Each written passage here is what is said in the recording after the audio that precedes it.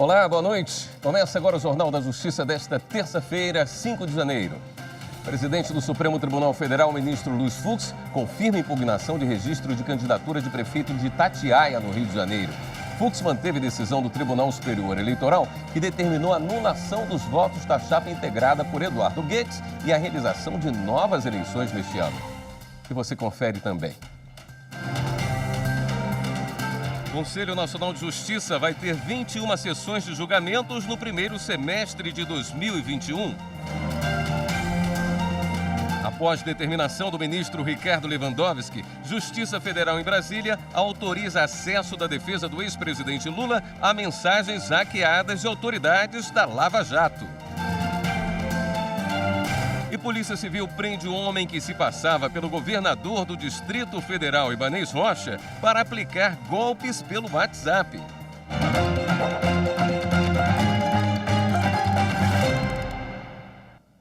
O Conselho Nacional de Justiça programou 21 sessões para o primeiro semestre de 2021. A retomada dos trabalhos está marcada para o dia 9 de fevereiro.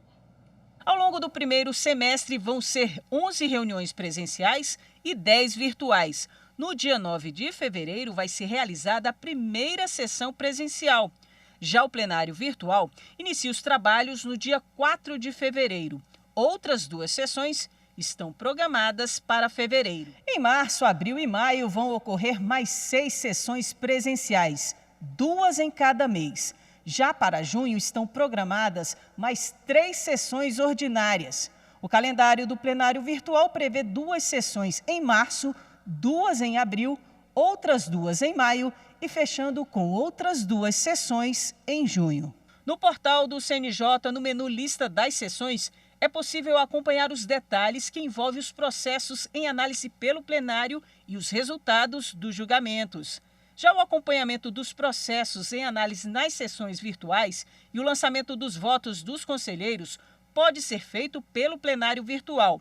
Na sessão plenária, os julgamentos observam preferencialmente a seguinte ordem: as medidas de urgência, os processos com pedido de vista ou com os advogados presentes. No entanto, em caso de urgência, o relator poderá indicar preferência para o julgamento.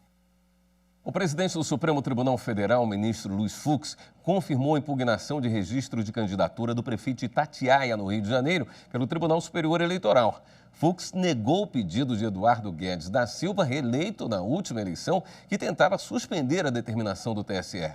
Para a Corte Eleitoral, Eduardo Guedes não poderia concorrer novamente ao cargo porque comandou provisoriamente o Executivo local em 2016, o que caracterizaria agora um terceiro mandato sucessivo.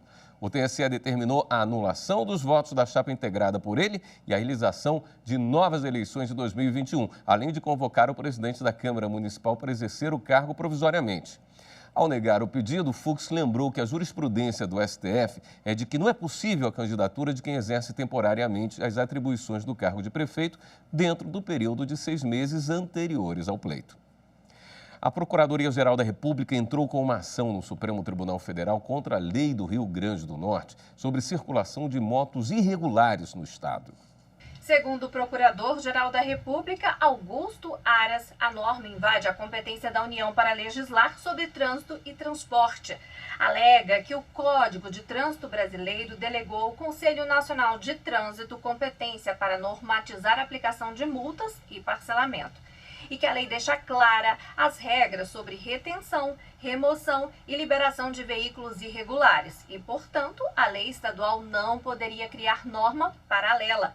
A lei do Rio Grande do Norte permite que donos de motocicletas até 155 cilindradas irregulares continuem circulando desde que feito um compromisso de regularização com o Estado. Autoriza ainda o pagamento de multas de trânsito por meio de cartão de crédito ou de débito, com possibilidade de parcelamento. A norma é chamada de Programa Moto Legal. No STF, a ação contra a lei foi distribuída à ministra Carmen Lúcia.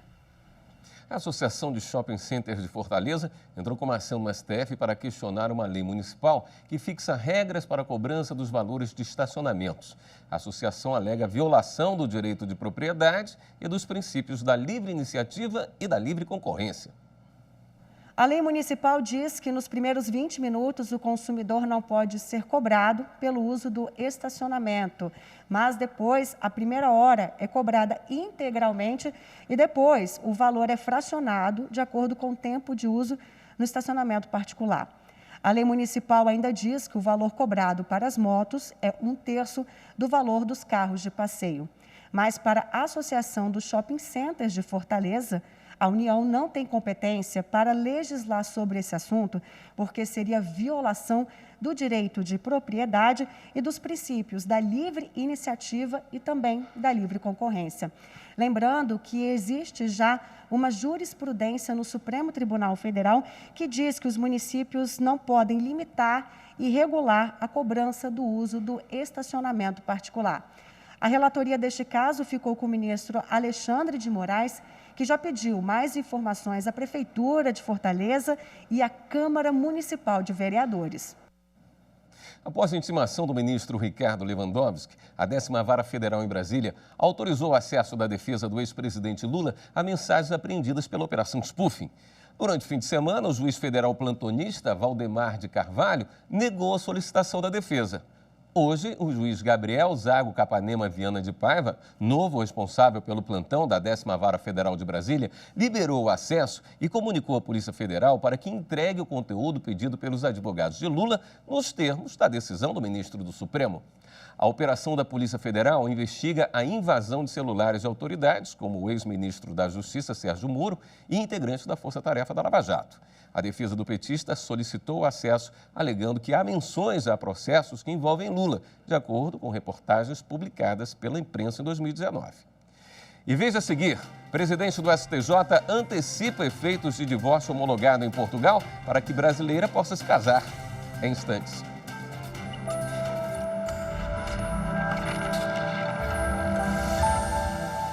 A nossa Constituição Federal nos garante uma série de direitos, alguns mais conhecidos da população, como o direito à saúde e o direito à educação, mas também nos garante o direito ao meio ambiente ecologicamente equilibrado, o que vai assegurar para as futuras gerações a existência do nosso país.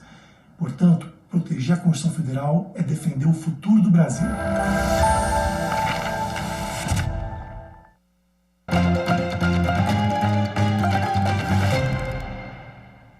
O presidente do Superior Tribunal de Justiça, ministro Humberto Martins, deferiu em partes pedidos de liminar em habeas corpus para vedar nova busca e apreensão ou qualquer outra medida cautelar contra o ex-prefeito de Manaus, Arthur Virgílio, e a esposa dele, Elizabeth Valeico. O pedido foi feito pela ex-primeira-dama, que é investigada pelo Ministério Público do Amazonas por suposta prática de crimes contra a administração pública e de lavagem de dinheiro quando presidia o Fundo Manaus Solidário em 2017. Na decisão, o ministro Humberto Martins afirmou que foram apontados elementos concretos que justificam o risco de que, com a perda da prerrogativa de foro de Arthur Virgílio, há possibilidade de serem decretadas medidas excepcionais contra ele e a mulher. O presidente do STJ também antecipou efeitos da homologação de sentença estrangeira para que brasileira possa se casar. A mulher argumentou no STJ que, por causa da pandemia do novo coronavírus, existe a possibilidade das atividades comerciais serem interrompidas e acabar atrasando o casamento dela, que está marcado para o início de 2021. Ao deferir o pedido de tutela de urgência, o presidente do tribunal, ministro Humberto Martins, considerou que, no caso, há risco de dano irreparável ou de difícil reparação se a medida não for concedida, já que o risco da segunda onda da Covid-19, com o consequente fechamento dos cartórios de registro civil, pode impedir a realização do novo matrimônio. Além disso, o presidente destacou que o processo foi devidamente instruído com a declaração de anuência do ex-marido, bem como o inteiro teor da sentença homologanda, os acordos por ela ratificados e o trânsito em julgado, acompanhados de chancela consular brasileira. O ministro Humberto Martins também determinou a remessa dos autos ao Ministério Público Federal para manifestação sobre o pedido de homologação da sentença estrangeira. A Polícia Civil prendeu um dos homens acusados de aplicar golpe pelo WhatsApp, usando o nome do governador do Distrito Federal, Ibanez Rocha. Esse tipo de crime está se tornando cada vez mais comum e agora os golpistas usam uma nova modalidade. A dermatologista Samara Kouzak conta que as tentativas de golpe pelo WhatsApp se tornaram muito comuns desde o fim do ano passado entre os colegas médicos. Os criminosos usam uma nova modalidade. Eles criam uma conta de WhatsApp com um número novo, que não é o nosso, utilizando uma foto nossa, que geralmente provém da foto do Instagram. O pai de Samara caiu no golpe. Fizeram contato com meu pai, com um outro perfil de WhatsApp com a minha foto, falando que aquele seria um número novo para ele registrar. Falou para ele que eu estava sem limite, né, na minha conta bancária e que eu precisava fazer uma transferência para pagar um fornecedor. Meu pai não desconfiou, pediu os dados e fez a TED. O tipo de golpe mais comum é aquele em que o criminoso usa uma conta de WhatsApp que já existe. É a famosa clonagem. Eu mesma já sofri 2 tentativas num único dia. Na primeira, o golpista se passou por um colega de trabalho. Na segunda, por uma médica. E eu guardei as mensagens dele. O golpista diz: "Boa tarde, aqui é Soraya. Meu outro número está com problema." E sem esperar minha resposta, já emenda: "Precisava de um favor até amanhã se estiver dentro do seu alcance, é claro." Eu respondo: "Claro." E o golpista faz a tentativa: "Consegue fazer um pagamento para mim? Hoje excedeu meu limite diário. Amanhã cedo libera. Faço de volta." Logo vi que era golpe e não respondi mais. O WhatsApp é uma das formas de comunicação mais usadas no mundo inteiro e os bandidos do mundo virtual se aproveitam dela. A empresa PSafe, uma startup brasileira de tecnologia, fez um levantamento em setembro passado. Mais de 473 mil pessoas foram vítimas do golpe. Isso dá quase 16 mil vítimas por dia. O aumento em relação ao mês anterior foi de 25%. Nesta segunda-feira, a Polícia Civil prendeu este homem que se passava pelo governador do Distrito Federal, Ibanez Rocha, para pedir dinheiro. O golpista chegou a receber R$ 3.700 de uma vítima. A polícia apreendeu celulares e cartões de banco. Outros 2 golpistas já foram identificados e a polícia vai pedir a prisão deles à justiça. Todos são de Goiás. O golpe usado contra os contatos do governador foi do mesmo tipo da doutora Samara, a criação de um novo número de celular, como se fosse de uma pessoa conhecida. Pessoa sendo pública, basta uma pesquisa na internet, você consegue identificar pessoas ligadas ao seu alvo, né? A partir daí, infelizmente, os criminosos fazem pesquisas em sites, principalmente pesquisa de crédito, para identificar o telefone dessas pessoas. Aqui no DF nós temos diversas situações com deputados federais que foram vítimas desse crime, deputados estaduais, senadores, magistrados. O delegado dá algumas dicas para não cair no golpe. Uma delas é habilitar a conta de WhatsApp para verificação do número em 2 etapas e desconfiar das mensagens e da conta de depósito. Qualquer tipo de informação, doação, transferência, você tem que ligar para a pessoa através de formas tradicionais, telefonia tradicional, videochamada, confirme aquilo ali. E outra coisa, desconfie da conta que você está depositando. A Justiça de São Paulo condenou uma empresa de cosméticos a pagar a indenização por danos morais no valor de R$ 5 mil a uma mulher transexual em razão de uma campanha publicitária discriminatória. A mulher transexual entrou com a ação em 2017, depois que viu a propaganda nas redes sociais. A campanha era alusiva ao Dia da Mulher e havia uma transexual usando um banheiro masculino com o slogan "Pirataria é crime". O argumento foi de que a publicidade era discriminatória, preconceituosa, pejorativa e incitava o ódio. O juiz responsável pelo caso entendeu que a propaganda extrapolava a liberdade de expressão e afetava a coletividade como um todo, porque todos estão expostos aos efeitos nocivos representados na propaganda em questão.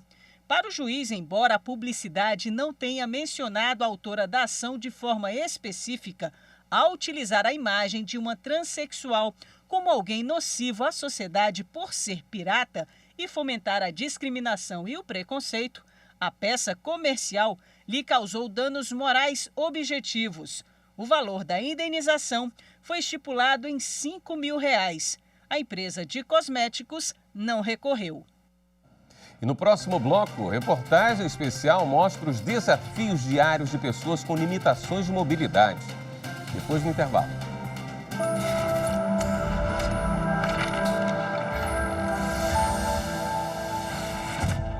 A Constituição é a base e o farol de nossa sociedade.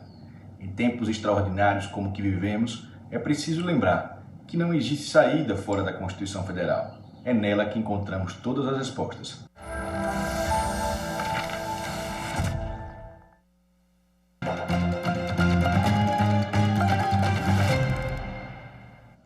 Acessibilidade significa quebrar barreiras, garantir autonomia às pessoas com deficiência.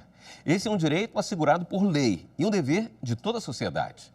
Matéria especial mostra as dificuldades enfrentadas por pessoas com limitações de mobilidade e como o Superior Tribunal de Justiça tem se posicionado sobre o tema.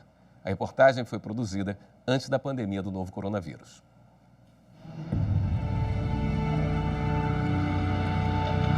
Alguns dias eu fui pegar um ônibus e o motorista diz assim: eu não vou pegar a sua cadeira e colocar para dentro. Eu falei: não quero que você pegue a cadeira, eu quero só que você acione o elevador. Só que o elevador ele desceu, mas ele não subiu. Então todo mundo teve que descer. E aí todo mundo olha para você como se você fosse culpado, mas a culpa não é minha. Então, para evitar isso, muitas vezes eu ando 2, 3 quilômetros a mais e vou pegar o metrô. Para evitar pegar o ônibus os ônibus dessas empresas, para que eu não tenha aborrecimento.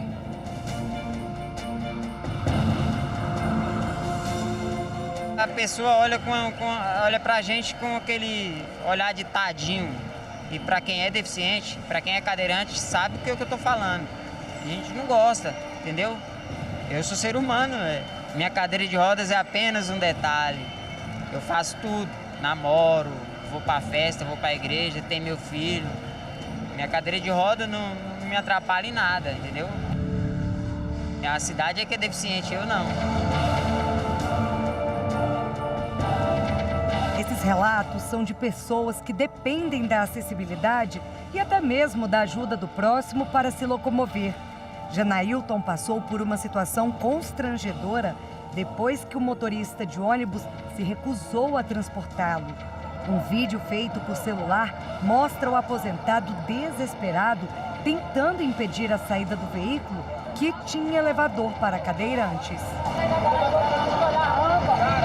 Eu dei sinal para o ônibus parar, o ônibus não parou. Dei sinal para o segundo fez sinal que vinha outro atrás. E eu já estava cansado, já tinha mais de hora esperando, entendeu?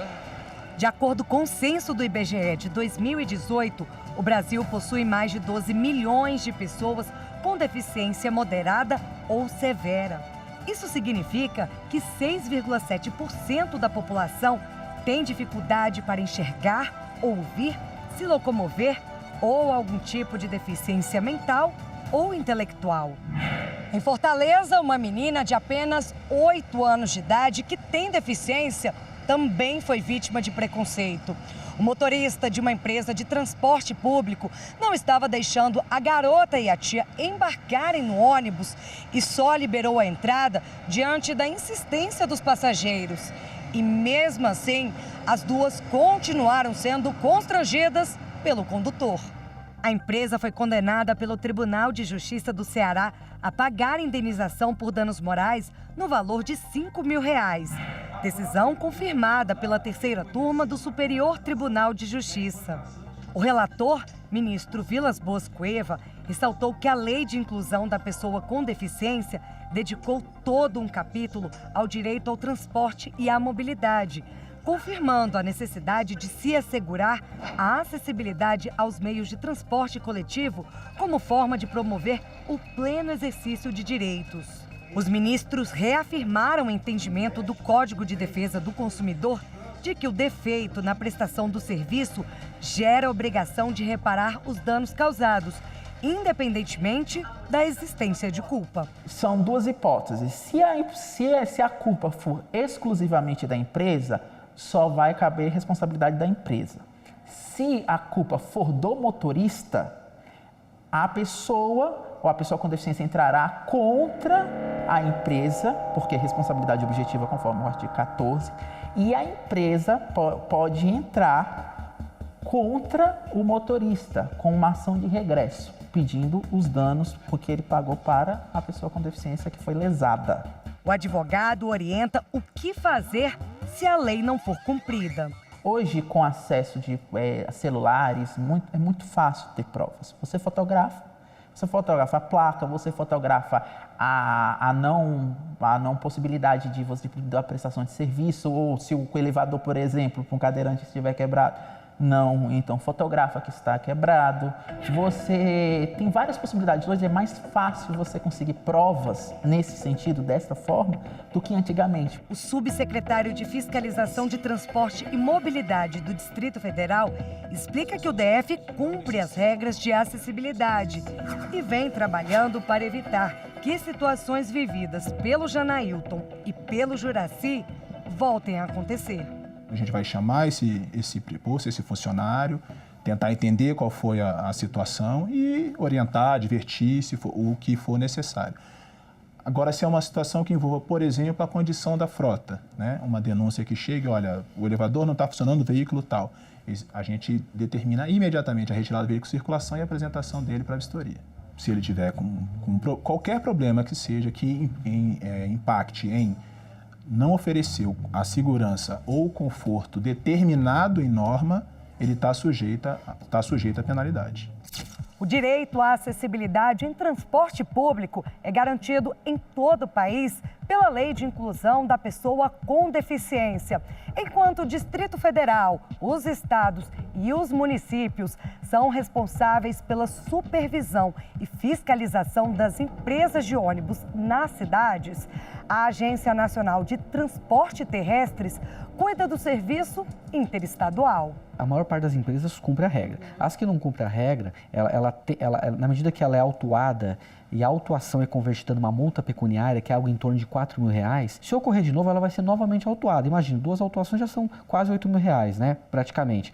Então, o valor, sim, ele é muito relevante. Essa fiscalização, ela é, sim, efetiva. E tanto é que a maior parte das empresas, né, já está adequada. Quem busca acessibilidade diz que é preciso mais do que aparelhos adaptados. Para Janailton, uma das maiores barreiras enfrentadas no dia a dia é o preconceito e a discriminação. Acho que a falta de educação não ajuda, né? A empresa até ajuda, coloca a rampa, mas é difícil.